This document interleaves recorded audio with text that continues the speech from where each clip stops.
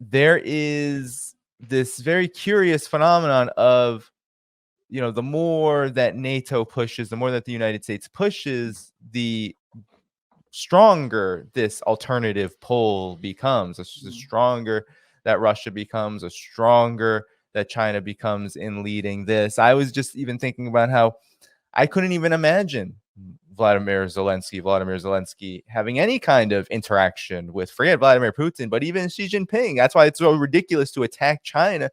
Not Ukraine has pushed China so far away, and the same could go for what Israel is doing right now. They're pushing what was at least stable economic partners completely away, in regards to China, and in a large degree Russia as well. So it seems like the more that the United States kind of extends and overstretches its hand with regard to this 21st century empire it's trying to maintain, the stronger that Russia and China are becoming. And it's playing out in it seems to be very problematic ways, diplomatically and politically, for not just Ukraine, but really the entire collective West. It's becoming more and more isolated as we speak. But Alexander, if you want to start. No, this is absolutely correct. I mean, if you look at the financial system, now we did a program, a live stream yesterday with David Sachs, and he made the point that the reason the United States can run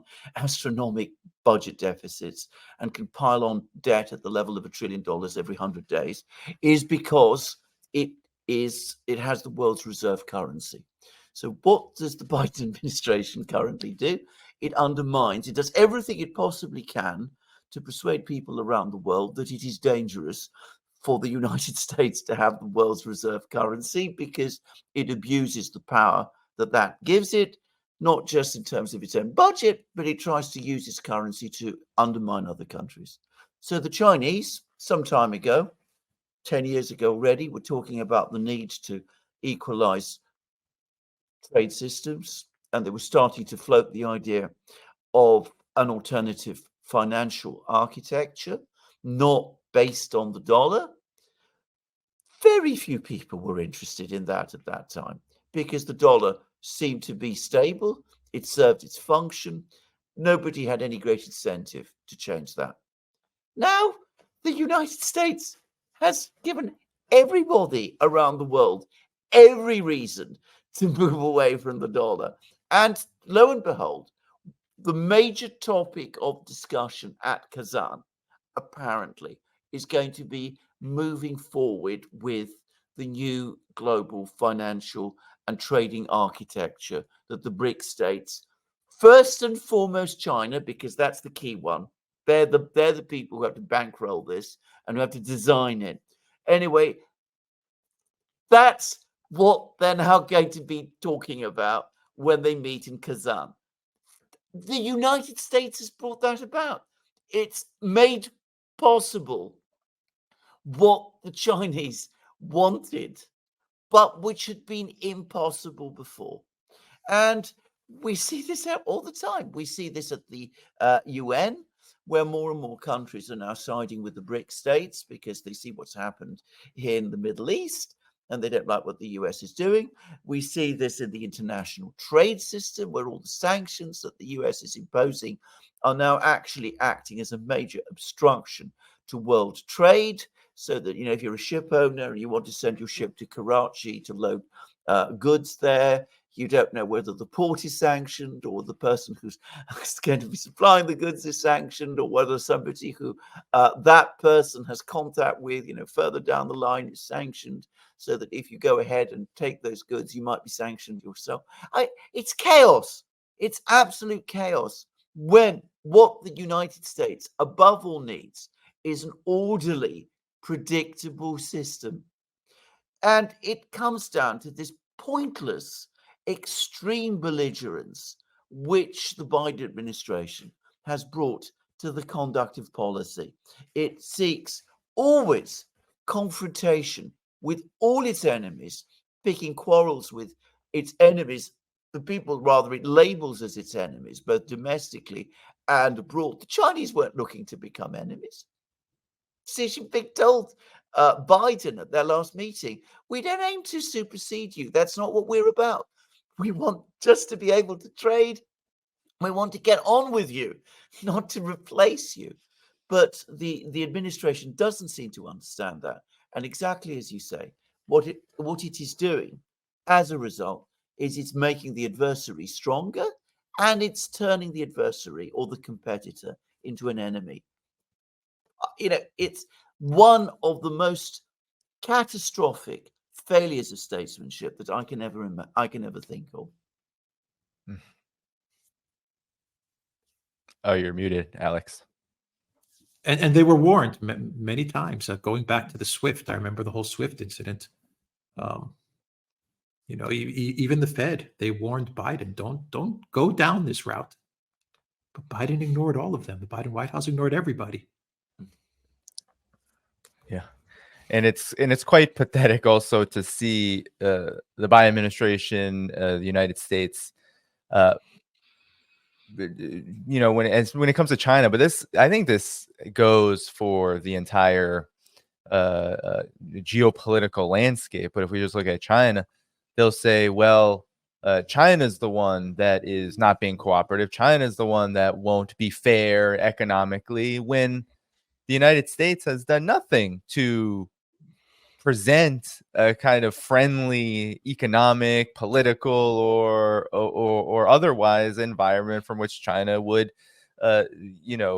give way to any kind of U.S. request or demand or anything of the sort. So it's so interesting that always happens, and the same goes for Russia, and even right now, what's happening in the Middle East and West Asia. The United States is blowing up. I know you two both talked about the recent ceasefire resolution just passed, put out by Algeria, and the United States is not making any friends, even regionally. I mean, they lost the Abraham Accords; those are kablooey. Those are gone, and everything it has done in relation to this war, led by Israel, has I think damaged the U.S.'s reputation dramatically, and has led to things like Russia and China taking a much more assertive role in that region too, even before this October 7th plus conflict began.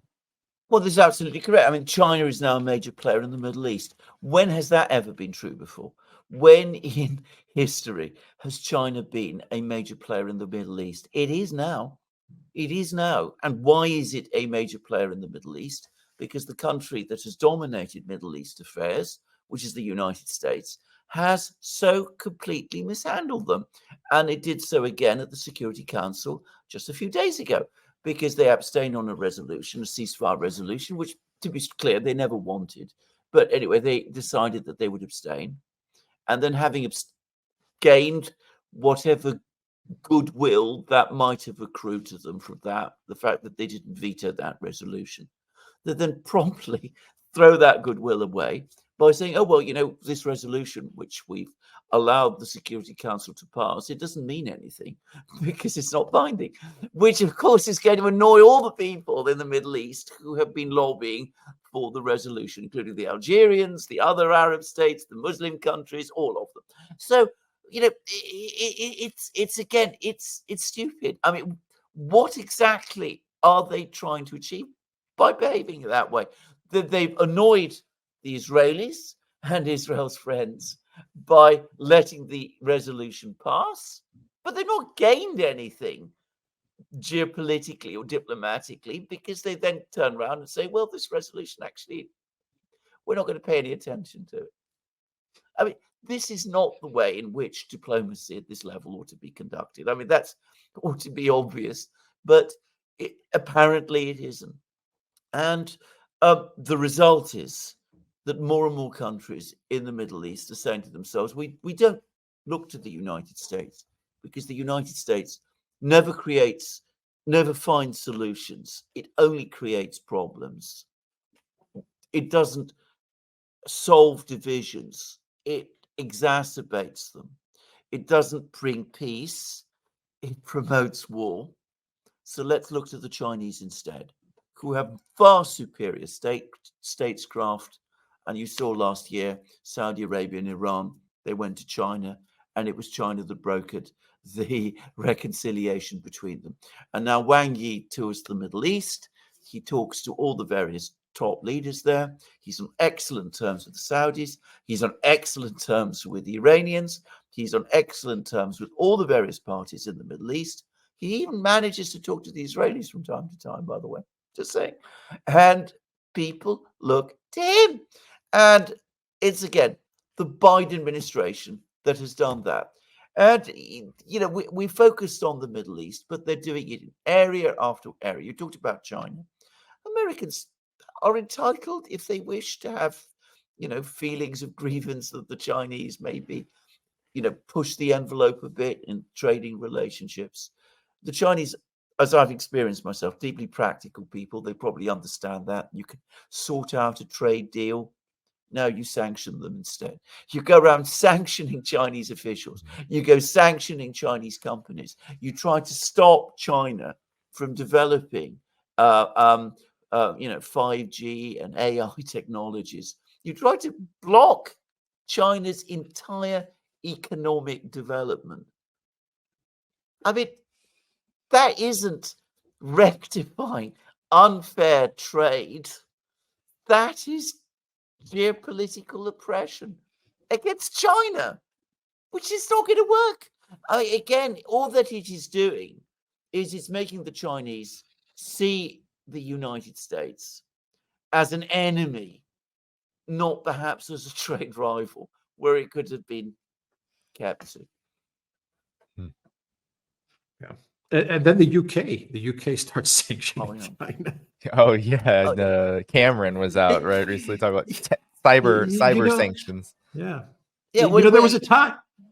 Go on. There was a time when there were leaders in Europe and leaders in the UK who would not go along with everything the US did. Actually, they acted as a balance at times for when the US wanted to do stuff that was not in the West or even in the US's interests. There were leaders in Europe that would tell the United States and call the United States out. They would say, let's not go down this path. There was a time when that was a reality. Now they follow the Biden White House on all of the Biden White House is terrible policies. They're following the Biden White House. When you take a step back and think about it, it's crazy. This is the team that you guys are doing the bidding for. It's hard to explain, but well, can I just say something about Britain and China? Because two things to say. Firstly, Cameron himself, when he was prime minister, promoted good relations with China because he thought that this was going to be the way that Britain, which has severe economic problems, structural economic problems, that this was the way it was going to pull through. It was going to be by developing trade and business relations with China. He talked about a golden age in relations between China and Britain. And now, of course, he's trashed it. He himself, having said all of that, because the Biden administration tells him to, he's trashed it. Now, the British ought to be particularly careful about their relations with China, because as we know from Chinese history, relations between China and Britain have not always been easy, to put it mildly. I mean, there are, little topics like the Opium Wars and the burning of the Summer Palace in Beijing, and, the looting of the various buildings there, and the establishment of all the concessions in Shanghai and elsewhere, and Hong Kong. You would have thought, again, that in relations with China, Britain would tread very carefully, given that so many countries around the world clearly now see China as the rising power, and given that it is the manufacturing colossus, which even David Cameron himself once understood it was in British interests to make friends with. Yeah, even this approach by both the United States and the UK, I mean, the consequences are there. You can slap incredibly discriminatory tariffs onto China's car industry, its electric vehicle industry, And you had recently actually BYD, the Chinese producer of electric vehicles, which is by far the biggest, and now the biggest in the world. And China is the biggest car manufacturer in the world right now.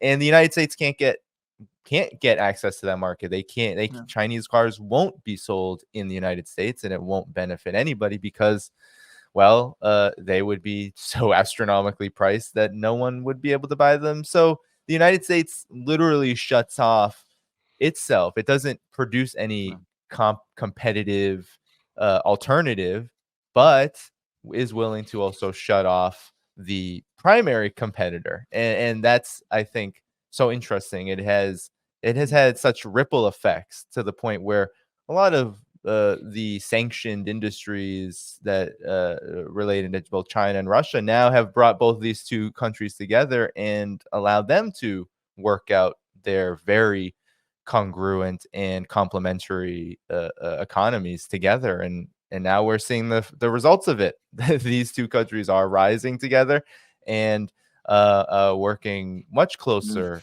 than they ever have. Well, absolutely. Can I just say about this? We've just recently done a program on the Duran with Michael Hudson, the economist, who's talked about all of this. And, the point he made, and he made many points, the point he made was, you're absolutely correct that cutting off Chinese imports into the United States of electric cars is a very bad idea, given the fact that, you're denying yourself use of cheap and good electric cars.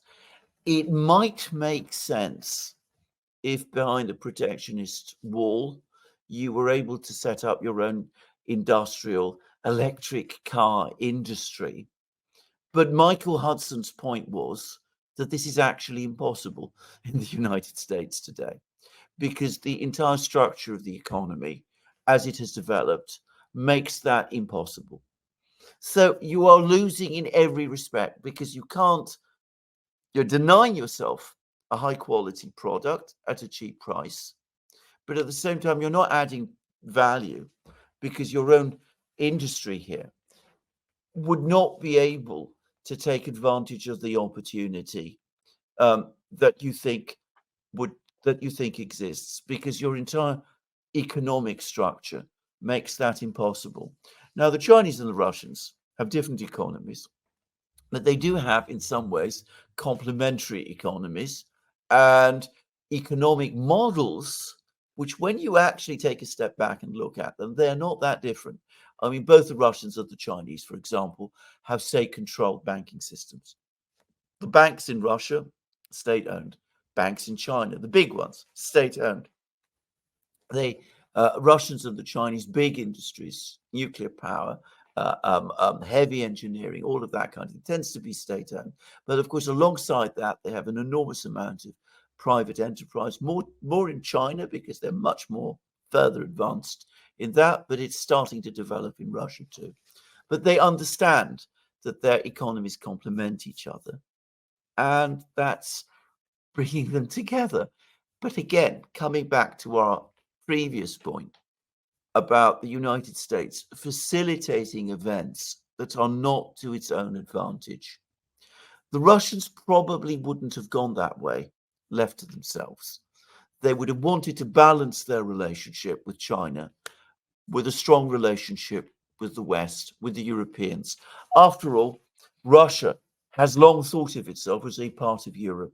And in some ways, their natural, cultural, and historical affinities are with Europe rather than China. The United States has achieved the situation where the Russians now say to themselves, the Western option does not exist. We've got to commit fully to the Chinese one. And now they are committing to it.